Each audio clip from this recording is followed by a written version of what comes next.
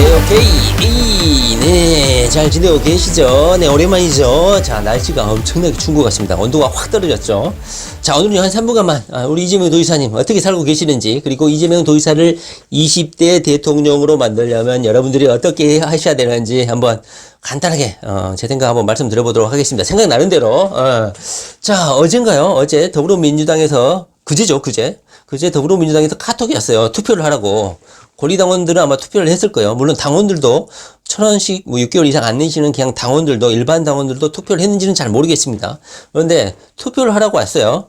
부산시장하고 서울시장을 이번에 재보궐선거할 때 후보를 낼 것이냐. 기존에 우리 문재인 대통령이 당대표 시절에 큰 부정행위로 자격을 상실할 경우에는 후보를 내지 않겠다. 이런 아마 선명성 경쟁을 했던 것 같아요. 그런데 손바닥 뒤집듯이 당원들이 원한다면 후보를 내겠다. 그러면서 단서를 달았더라고요. 당원들이 원한다면 후보를 내겠다. 그러면서 당헌 당규를 개정을 한 것 같아요. 저는 말이죠. 과감하게 투표를 냈습니다.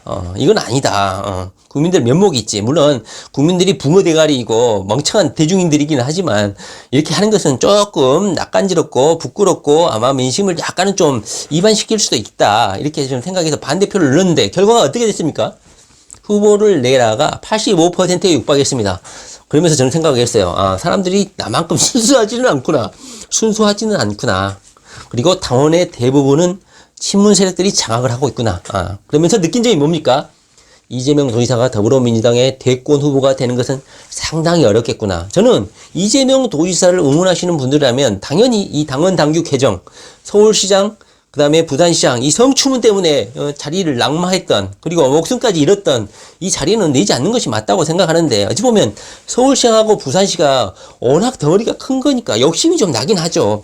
그럼에도 불구하고 국민들과의 약속이다 보니까 안 하는 게 맞지 않나 하는 생각이 드는데, 친문 세력들 천지인 더불어민주당의 당원 의견은 85%.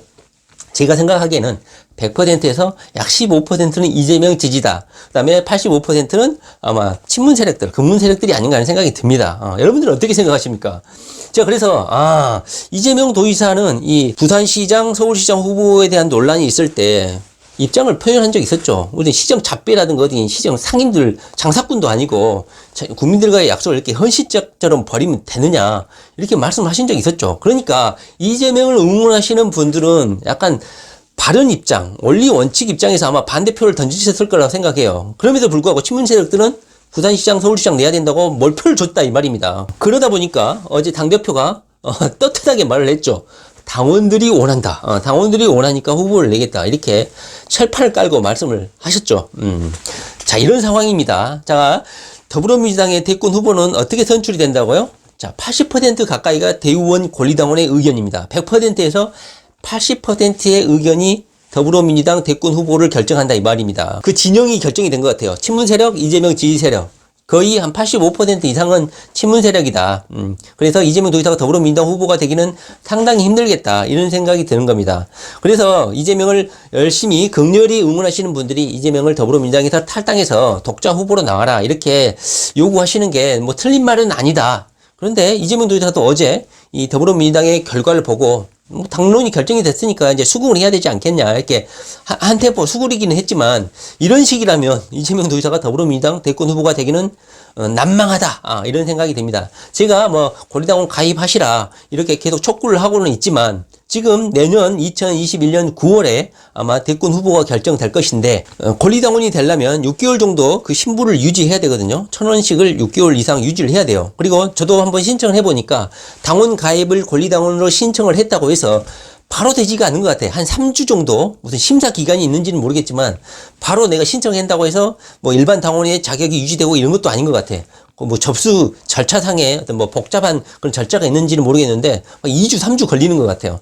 그러다 보니까 적어도 2021년 9월 달에 더불어민주당 후보가 결정되니까 2021년 3월, 적어도 2월까지는 권리당원의 신분을 유지할 수 있도록 미리 가입하고 있어야 된다. 그래서 여러분들에게 당원 빨리 신청하시라 이렇게 요청을 드립니다. 그래서 이재명 도지사를 20대 대통령으로 만들기 위한 1차적 단계, 바로 더불어민주당 대권 후보로 만들기 위해서는 권리당원으로 가입을 하셔야 된다.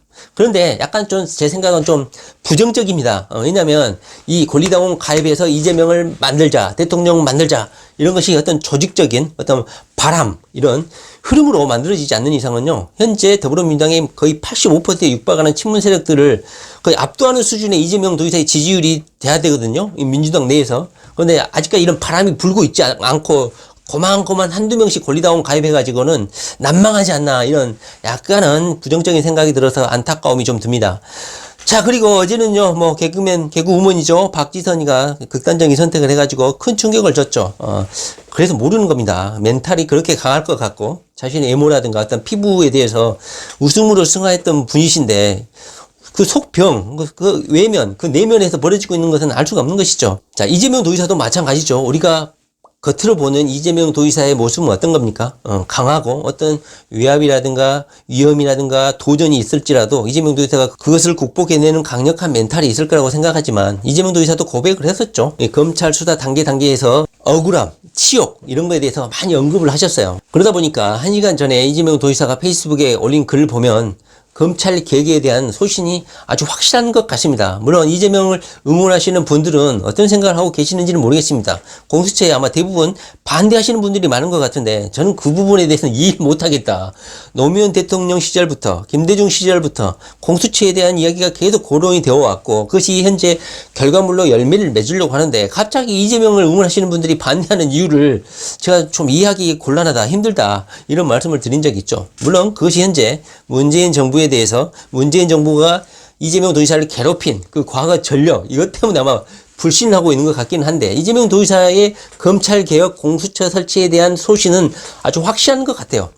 방금 올리신 글을 보면요, 1360만 명의 대표 대의리자인 정치적인, 어찌 보면 약간 권력을 가질 수 있겠다, 이런 정치인이고 행정가인 이재명을 이렇게 죽이려고 검찰이 증거를 조작하고 숨기고 왜곡하는데, 일개 국민들에 대한 인권 탄압, 검찰의 수사는 얼마나 더 왜곡되고 독선적이고 반인권적이었겠느냐 하면서 강력한 불신을 드러내고 계시는 거예요. 그러면서 현재 뭐 커밍아웃이다, 뭐 추미애 이런 검찰 개혁에 대해서 반대하면서 이렇게 집단적으로 현재 행동을 보이고 있는 거에 대해서 이재명 도지사가 강펀치를 날리신 것 같아요. 그러다 보니까 이런 생각도 드는 거예요. 이재명 도지사가 경기도지사를 못되게 하기 위해서 이렇게까지 강력하게 수사를 하고 이재명 도지사를 괴롭혔는데, 이재명 도지사가 이제 대통령이 된다고 하는데 도대체 또 검찰이 어떤 것을 터뜨릴까, 이런 걱정이 드는 겁니다.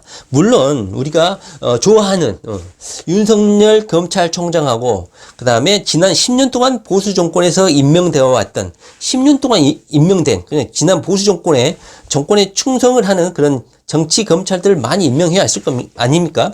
거기에 그 10년 동안 임명되어 온 검찰들이 현재 조직 내에 많이 잠재되어 있는 것도 사실이에요. 그래서 검찰총장 윤석열하고 그다음에 일반 지난 10년 동안 임명되어 온 약간 정치 성향이 뚜렷한 정치 검찰들하고 약간 구별해야 된다는 의견도 있긴 있죠. 이번 국정감사에서 윤석열 총장이 물론 소신을 보여준 적도 있지만, 제가 조금 약간 걸리는 게, 윤석열이가 조선일보 사주를 개인적으로 1대1로 만났다, 이 부분에 대해서 제가 약간의 윤석열에 대한 신뢰를 약간 좀 의심을 하고 있습니다. 어찌 보면 모든 사람이 공적일 수가 있는 조선일보 사주를 윤석열 총장이 만났다, 물론 그것을 부정하지도 않고 긍정하지도 않았지만 제가 보기에는 만난 것은 사실인 것 같아요. 물론 이재명 도지사는 윤석열 총장이 현재 야권 국민의힘 대권 후보로 급부상하고, 뭐 지지율 조사에서도 이재명 도지사하고 이낙연 국무총리가 뭐 21%인가 동률이고, 그 다음에 윤석열 검찰총장이 거의 17%, 18%에 육박하지 않습니까? 이 정도면 강력한 지지율입니다.